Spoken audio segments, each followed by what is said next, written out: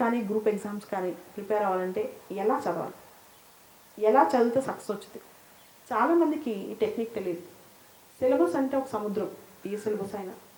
ఆ సముద్రాన్ని ఈతడం మొదలెడితే దాని లోతు ఎంత ఉంటుందో, దాని ఒడ్డెక్కడో ఎవరికి తెలియదు. కాకపోతే ఇప్పుడు నాకు కూడా సిలబస్ మొత్తం ఏం రాదు. అయ్యే సిలబస్ మొత్తం పాస్ అవ్వాలంటే కనీసం 5 సంవత్సరాలు పట్టుద్ది. ఒక్కొక్క చాప్టరు ఒక రీసెర్చ్. సివిల్స్ ఎగ్జామ్లో ఒక్కొక్క చాప్టర్ ఒక్కొక్క రీసెర్చ్. అలాంటి చాప్టర్స్ని ఎలా చదవాలి, దానికి మెళుకువలు ఏంటి? సివిల్సే కాదు, గ్రూప్ 1 కానీ గ్రూప్ 2 కానీ కొన్ని చెప్తాను. సివిల్స్ గ్రూప్ 1 వరకు నా పరిధి, గ్రూప్ 2 కూడా కొన్ని టెక్నిక్స్ చెప్తాను, వినండి. ఇప్పుడు అంతర్జాతీయ సంబంధాలు అనే టాపిక్ ఉంది. దీనిలోంచి మనకు క్వశ్చన్స్ ఏమొస్తాయి అంటే ఎన్నో చదవచ్చు. 1955లో బాండింగ్ సదస్సు, 1961లో న్యామ్ మొదటి సదస్సు బెల్గ్రేడ్లో, 2016లో అలినోదిమ సదస్సు వెనిజులాలో మార్గెట్ ఐలాండ్స్ జరిగింది. బ్రిక్స్ అంటే 5 దేశాలు, బ్రిక్స్ని జిమ్ ఓనీల్ అని ఆయన పేరు పెట్టాడు. ఇట్లా కొన్ని వందల వేల అంశాలు ఉంటాయి. మీరు అనుకోవచ్చు టాప్ ర్యాంక్ వస్తే ఇవన్నీ గుర్తుంటాయని. అది ఒట్టి భ్రమ. ఎగ్జామ్ టెక్నిక్ ఏంటంటే టాపిక్స్లో బేసిక్స్ చదువుకోవాలి. అంటే ఏంటో చదువుకుని లాస్ట్ 1 or 2 years నుంచి అది ఎందుకు వార్తల్లో ఉందో చదువుకోవాలి. ఫస్ట్ టెక్నిక్ ఏంటంటే ప్రతి దాని గురించి ఒక బేసిక్ ఐడియా ఉండాలి. ఆ బేసిక్ ఐడియా తెలుసుకున్న తర్వాత లాస్ట్ 1 or 2 years నుంచి అది ఎందుకు వార్తల్లో ఉందో తెలుసుకోవాలి. ఉదాహరణకి మనకు కొన్ని క్వశ్చన్స్ వస్తాయి. గత సంవత్సరం సివిల్స్ మెయిన్స్ ఎగ్జామ్స్లో రైట్ టు ప్రైవసీ గురించి రాయండి అని. రైట్ టు ప్రైవసీ అనేది జడ్జిమెంట్ వచ్చింది Supreme Court. Puttaswamy versus Union of ఇండియాలో right to privacy is fundamental right అని చెప్పారు. అందుకే దాని మీద క్వశ్చన్ వచ్చింది. అదే ఈ సంవత్సరం మనకి ఎన్ని సుప్రీంకోర్టు జడ్జిమెంట్లు ఉన్నాయి? ఎల్జీబీటీ గురించి జడ్జిమెంటు, తర్వాత శబరిమల గురించి జడ్జిమెంటు, తర్వాత అడల్టరీ గురించి జడ్జిమెంటు. ఇట్లా 7 జడ్జిమెంట్లు, ఇంపార్టెంట్ జడ్జిమెంట్స్ ఉన్నాయి. ఆ 7 మీరు బాగా గుర్తుపెట్టుకుంటే ఫిలిమ్స్లో మెయిన్స్లో ఒక క్వశ్చన్ గ్యారంటీ వస్తుంది. అలానే మీరు పాలిటీ తీసుకోండి. పాలిటీ రాజ్యాంగం చదువుతారు, పాలిటీలో కొత్తగా వచ్చిన చట్టాలు చదువుతారు, కానీ దానిలో క్వశ్చన్లు ఎక్కడ వస్తాయని డౌట్ వస్తుంది. ఉదాహరణకి ఈ సంవత్సరం ఎన్నికలు జరిగాయి. ఎన్నికలు జరిగినప్పుడు ఖచ్చితంగా ఎన్నికల సంస్కరణలు, VVPAT, model code of conduct, chief election కమిషనర్కి తేడా, రాజ్యాంగంలో ఏ ఆర్టికల్ సార్వత్రికంగా ఎన్నికల్లో అందరు పౌరులు ఓటు వేయచ్చు అని చెప్తుంది, ఆర్టికల్ 326. అదేవిధంగా పార్టీ ఫిరాయింపులు. ఎన్నికల ముందు మీరు చూసిన హడావుడు చూస్తే ఒక పార్టీలోనే ఇంకో పార్టీకి జంప్ అయిపోవడం. సో ఏ రాజ్యాంగ సవరణ ద్వారా పార్టీ ఫిరాయింపుల చట్టం అనేది మనకి క్రియేట్ అయింది? 52nd amendment act. 52nd amendment రాజ్యాంగ సవరణ ద్వారా అయింది. 52వ రాజ్యాంగ సవరణ 10వ షెడ్యూల్ తీసుకొచ్చి జాయిన్ చేశారు. దానిలో ఇంకో అమెండ్మెంట్ కూడా వచ్చింది, 91వ అమెండ్మెంట్. ఇవన్నీ కూడా మనకి ఇప్పుడు న్యూస్లో ఉన్నాయి. అదేవిధంగా భారతదేశంలో సెక్యులరిజం ఉందా అనే క్వశ్చన్ వస్తుంది. అసలు సెక్యులరిజం అనే మాట మన ప్రవేశికలో ఏ సవరణ ద్వారా సూచించారు? 42వ రాజ్యాంగ సవరణ 1976. సో ఇట్లాంటివి మీకు గమనిస్తూ ఉండాలి. అంటే మనకి వార్తలతో రిలేట్ అయ్యే అంశాలు. ఉదాహరణకి ఆధార్ బిల్లు మనీ బిల్గా పెట్టారు. ఆధార్ బిల్లు మనీ బిల్గా ప్రవేశపెట్టారు. అసలు మనీ బిల్లు రాజ్యాంగంలో ఏ ఆర్టికల్లో ఉంది? ఆర్టికల్ 110. ఆర్టికల్ 108 ప్రకారం 109 ప్రకారం మనీ బిల్ని ఎవరు స్టాంప్ చేస్తారు, ఎవరు పాస్ చేస్తారు, ఎలా పాస్ చేయాలి, రాజ్యసభ యొక్క రోల్ ఏంటి, పాత్ర ఏంటి, ఇవన్నీ కూడా చదవాలి. అదేవిధంగా మీరు గమనిస్తే పార్లమెంట్లో ప్రివిలేజెస్, పార్లమెంట్లో ఉన్న పార్లమెంట్ మెంబర్స్ కూడా ప్రత్యేకమైన అధికారాలు ఏంటి. అదేవిధంగా డిస్క్వాలిఫికేషన్ ఆఫ్ ఎంపీస్, అనర్హతకు ఎలా గురవుతారు ఎంపీలు రాజ్యసభలో, లోక్సభలో ఎంపీలు అనర్హతకు ఎలా గురవుతారు. ఇవన్నీ వార్తలు ఉన్న అంశాలు. దాన్ని మీరు వెంటనే చదువుకోవాలి. అదే టెక్నిక్ ఆఫ్ ద ఎగ్జామ్. అదేవిధంగా సైన్స్ అండ్ టెక్నాలజీలో ఈ మధ్య మీరు చూస్తే మీకు మిషన్ శక్తి వచ్చింది. మిషన్ శక్తి మీద చాలా చర్చ జరుగుతుంది. ఖచ్చితంగా దాని మీద ఫిలిమ్స్లో మెయిన్స్లో క్వశ్చన్ వస్తుంది. అదేవిధంగా ఎమిసాట్ అనేది దాని మీద కూడా క్వశ్చన్ వస్తుంది. సో పిఎస్ఎల్వి, జిఎస్ఎల్వి తేడా ఏంటి, మిషన్ శక్తి ఏంటి, ఎమిసాట్ ఏంటి, ఇవన్నీ మనకు తెలిసిన క్వశ్చన్స్. దీన్ని మనం కరెక్ట్గా పట్టుకోగలగాలి. అదేవిధంగా అమెరికా ఇండియాకి ఎస్టీఏ తీసేసుకుంటుంది. ఎస్టీఏ అంటే స్ట్రాటజిక్ ట్రేడ్ ఆర్గనైజేషన్. ఇవన్నీ అమెరికా తీసేసుకోవచ్చు. జిఎస్పి తీసేయచ్చు. General system of preferences, STA ఇచ్చి జిఎస్పి తీసేస్తా, ఎలా జరగబోతోంది, ఇవన్నీ క్వశ్చన్స్. సో మీరు అనుకుంటే, ఫోకస్ ఉంటే ప్రశ్నల నాడి కూడా కొంతవరకు పట్టుకోవచ్చు. మీరు అనుకోవచ్చు ఇలా అన్ని ప్రశ్నలు గెస్ చేస్తారా అంటే 100 మార్కులకు 100 క్వశ్చన్లు గెస్ చేస్తారా అని. 100 చేయకపోవచ్చు, 100 క్వశ్చన్లు 20 గెస్ చేయొచ్చు. 20 గెస్ చేస్తే ఏమో తెలుసా, మీరు ఖచ్చితంగా ఎడ్జ్లో ఉంటారు, మీరు ఖచ్చితంగా బెటర్గా ఉంటారు అనమాట. సో మీకు బేసిక్స్కి కరెంట్ అఫైర్స్కి జోడించి చదువుకోండి. నేను చేసే పద్ధతి, అది నా క్లాస్లో చెప్పే పద్ధతి ఏంటంటే, ఈ విధంగా క్వశ్చన్ రావచ్చు, క్వశ్చన్ పేపర్స్ ట్రెండ్ చూసి ఒక plan A, plan B, okay ఈ టైప్ ఆఫ్ క్వశ్చన్స్ రాకపోతే ఈ టైప్ ఆఫ్ క్వశ్చన్స్ వస్తాయి, లేదా ఈ టైప్ ఆఫ్ క్వశ్చన్స్ కాకపోతే ఇంకో టైప్ ఆఫ్ క్వశ్చన్స్ వస్తాయి. ఇట్లా మార్చి మార్చి గెస్ చేసుకుంటూ చెప్తానమాట. అదే టెక్నిక్ ఆఫ్ ద ఎగ్జామ్. కానీ స్టూడెంట్స్ చదివేటప్పుడు ఎలా చదువుతారు, ఏదో పుస్తకాలు చదివి ఈ పుస్తకాల నుంచి క్వశ్చన్లు వచ్చేయమని అనుకుంటారు. మీకు ఒక క్వశ్చన్ ఇక్కడ మిమ్మల్ని అందరినీ అడగాలి, చెప్పాలి ఆన్సర్ దీనికి. అదేంటంటే, ఒక 4 పుస్తకాలు 10 పుస్తకాలు చదివి పెద్ద పెద్ద పరీక్షలు పాస్ అవుతే ప్రపంచంలో 4-10 పుస్తకాలు చదివే వాళ్ళు చాలామంది ఉంటారు. చిన్నపిల్లలను 10వ తరగతి కూర్చోబెట్టిన బట్టి కొట్టేస్తారు. అలా కాదు, కంటిన్యూస్గా ఒక పుస్తకాలు చదువుతూ మీరు ఎనాలిసిస్ పవర్ తెచ్చుకోవాలి. కరెంట్ అఫైర్స్కి లింక్ పెట్టుకోవాలి, క్వశ్చన్స్కి కరెంట్ అఫైర్స్కి లింక్ పెట్టుకోవాలి. ఆటోమేటిక్గా సబ్కాన్షియస్ మైండ్లో క్వశ్చన్ వస్తుంది. మీ ఫోకస్ ఎంత ఉండాలి అంటే, మీకు క్వశ్చన్ పేపర్స్లో కొన్ని టైప్ ఆఫ్ క్వశ్చన్స్ మీ బ్రెయిన్లోకి వెళ్ళిపోవాలి, మీ బ్రెయిన్లోకి అర్థమైపోవాలన్నమాట. అది రియల్గా గెస్సింగ్ పవర్, రియల్గా మనం చూసుకోవచ్చు. ఉదాహరణకి తేజస్ అంటే ఏంటి, ఏబిసిడి అని అంటారు. So light combat air craft, దీని రేంజ్ ఎంత. నిర్భయ్, ఫర్ ఎగ్జాంపుల్ ఈ మధ్య నిర్భయ్ని టెస్ట్ ఫైర్ చేశారు. Nirbhay is a subsonic cruise missile. Subsonic cruise అంటే ఏంటి, ఇది లాంగ్ రేంజా షార్ట్ రేంజా.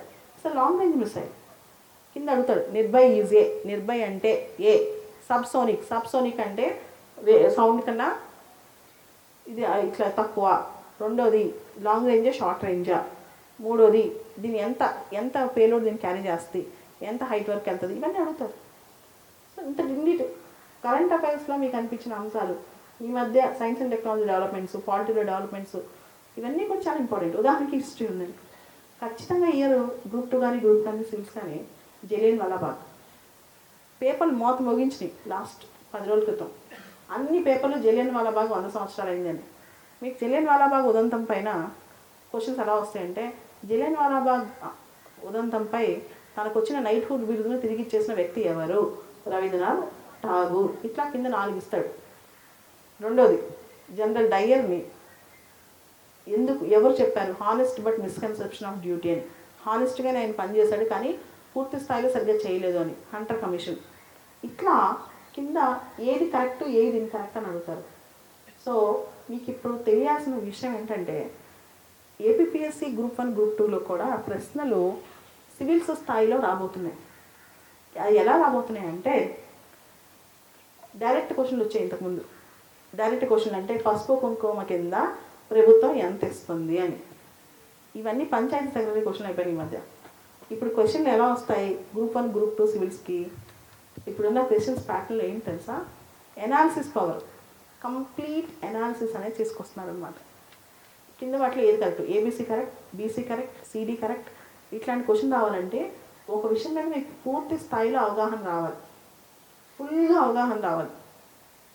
అలానే వివేకానంద గారు చికాగో స్పీచ్ ఇచ్చి 120 సంవత్సరాలు అయింది. అది చాలా ఇంపార్టెంట్.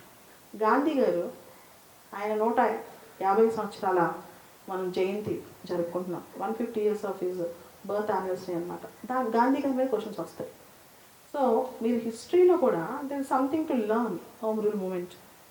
అంత ఈజీగా క్వశ్చన్స్ తీసుకోలేరు. కరెంట్ అఫైర్స్ని కనెక్ట్ చేయండి, ప్రతి కరెంట్ అఫైర్ని కనెక్ట్ చేయండి, మీకే తెలిసిపోద్ది.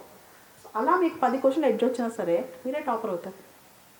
మామూలు ర్యాంక్ కాదు, టాపర్ కోసం ట్రై చేయండి, సక్సెస్ అనేది అదే వస్తుంది. ఇంకొక అంశం జాగ్రఫీ. అంటే జాగ్రఫీలో కూడా గెస్ట్ చేయొచ్చు కొంతవరకు.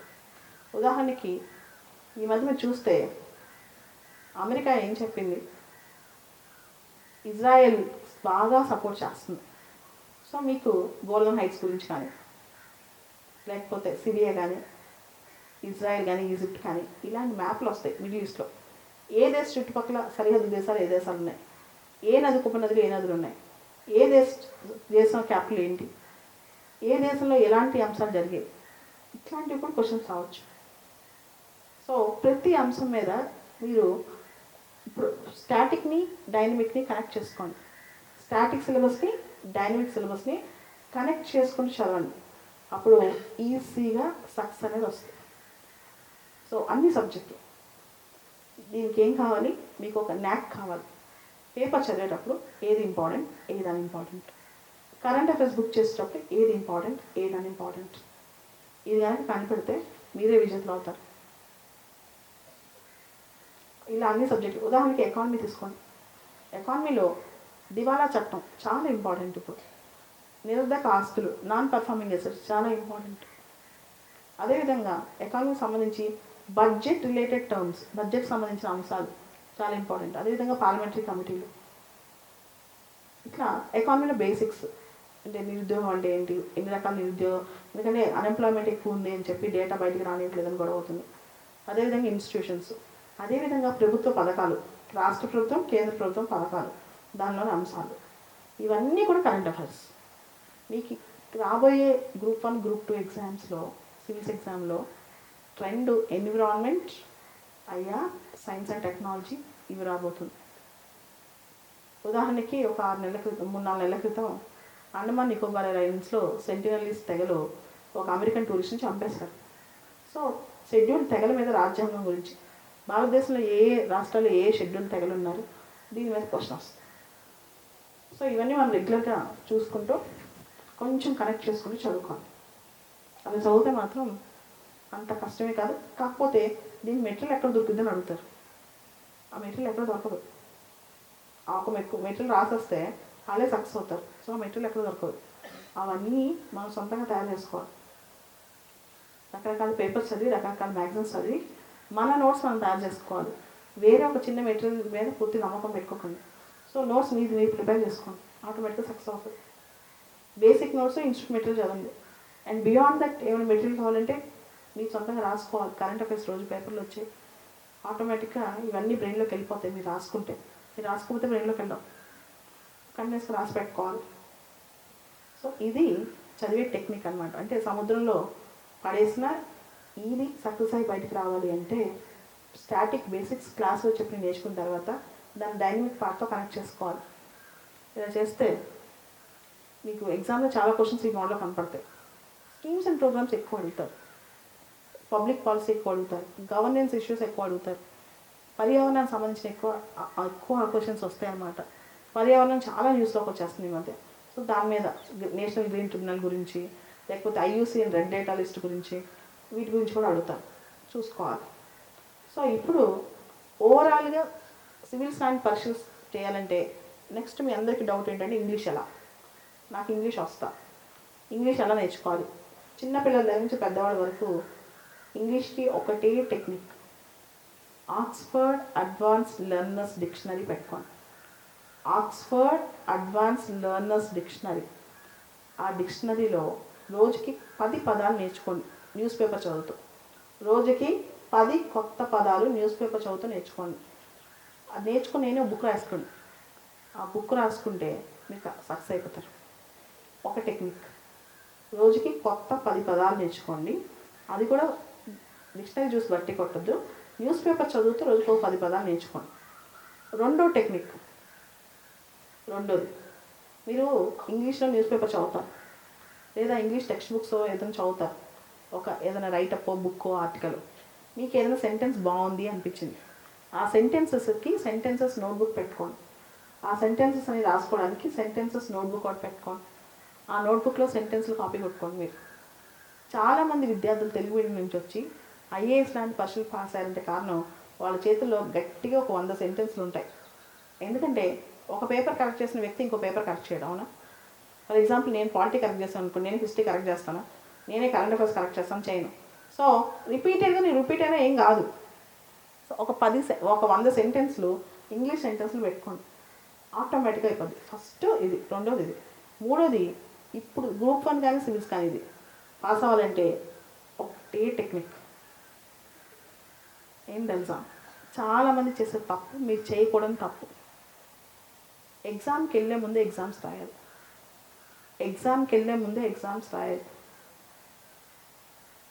ప్రతి సంవత్సరం వీళ్ళు ఎవరైతే ఎగ్జామ్స్ రాస్తారో వాళ్ళు సక్సెస్ వస్తుంది. డైరెక్ట్గా వీళ్ళు ఎగ్జామ్లో కూర్చోకూడదు. ముఖ్యంగా ప్రిలిమ్స్ మెయిన్స్ రెండిట్లో మెయిన్స్లో ఎట్లా అంటే ఇప్పటి నుంచి రోజుకు ఒక 5 క్వశ్చన్స్ ఆన్సర్ చేయండి. రోజుకు ఒక 5 క్వశ్చన్స్, 5 టాపిక్స్ చదివి రాయండి. ప్రిలిమ్స్లో కూడా ఎన్ని ఎగ్జామ్స్ రాస్తే అన్ని మార్క్స్. ఆ ఎగ్జామ్స్ నుంచి మార్క్స్ ఎలా వస్తాయి ఇప్పుడు చెప్తాను చూడండి. సివిల్స్లో నేను ఒక టెక్నిక్ చెప్తాను ఆ స్టూడెంట్స్కి. రివర్స్ ఇంజనీరింగ్ టెక్నిక్ అంటే నువ్వు ఒక ప్రశ్న చదువుతావు, ఆ ప్రశ్న నువ్వు సక్సెస్గా చేయొచ్చు, ప్రశ్న ఆన్సర్ తప్పు చేయొచ్చు, కరెక్ట్ కదా. కానీ ప్రశ్న తప్పైందా కరెక్ట్ అయిందని చూడకపోకు, దానిలో ఉన్న కాన్సెప్ట్. ఉదాహరణకి ఒక ప్రశ్న వచ్చింది నీకు, సే 1857 తిరుగుబాటుకి కారణాలు ఏంటి అని. కొన్ని రైట్ ఉంటాయి, కొన్ని తప్పులు ఉంటాయి. నేను రైట్ పెట్టాను తప్పు పెట్టాను ఆలోచించద్దు, ఆ కారణాలు ఏంటో ఒకసారి రివిజన్ చేసుకో.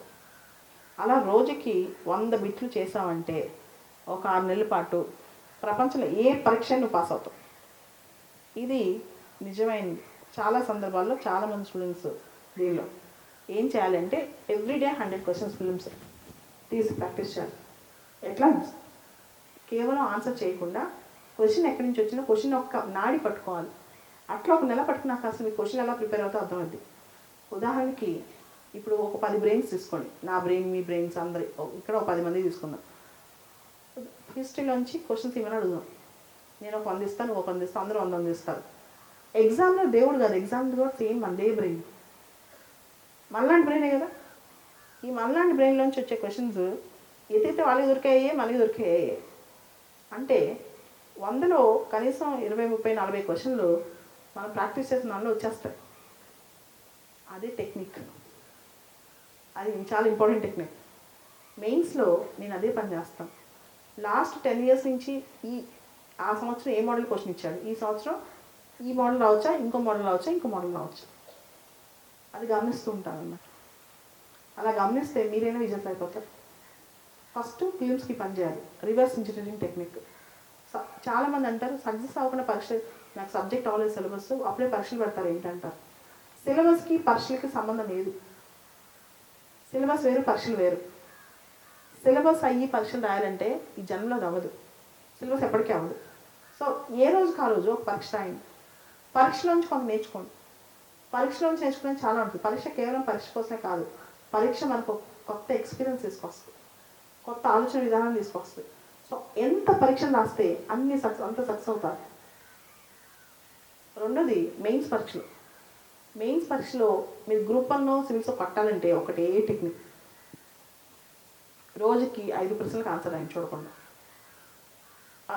ప్రపంచంలో ఎటు పోయినా సరే రోజు అన్నం ఎలా తింటామో, రోజు స్నానం ఎలా చేస్తామో, రోజుకి ఒక 5 ప్రశ్నలకి 1 గంట కూర్చొని ఆన్సర్ రాయండి చాలు. ఒక సంవత్సరంలో చేశారంటే ఆల్మోస్ట్ మీకు నెక్స్ట్ స్టెప్ నోటిఫికేషన్ వస్తే అప్పుడు మీరు మెయిన్స్లో సక్సెస్ అవుతారు. దానికి కారణం ఏంటి తెలుసా? మనం ఒక చోట కూర్చుని ఒక టాపిక్ ఆన్సర్ రాసామంటే ఆ టాపిక్ గురించి మనం థింక్ చేస్తాం ఆన్సర్ రాసేటప్పుడు. ఫస్ట్లో ఆర్గనైజేషన్ సరిగ్గా రాదు. ఒక 6 నెలలకి ఏది ముందు రాయాలి ఏది తర్వాత రాయాలి స్లోగా అలవాటు అయిపోద్ది అనమాట. తర్వాత మనం తెలియని క్వశ్చన్ వచ్చినా ఎంతో కొంత రాయగలం.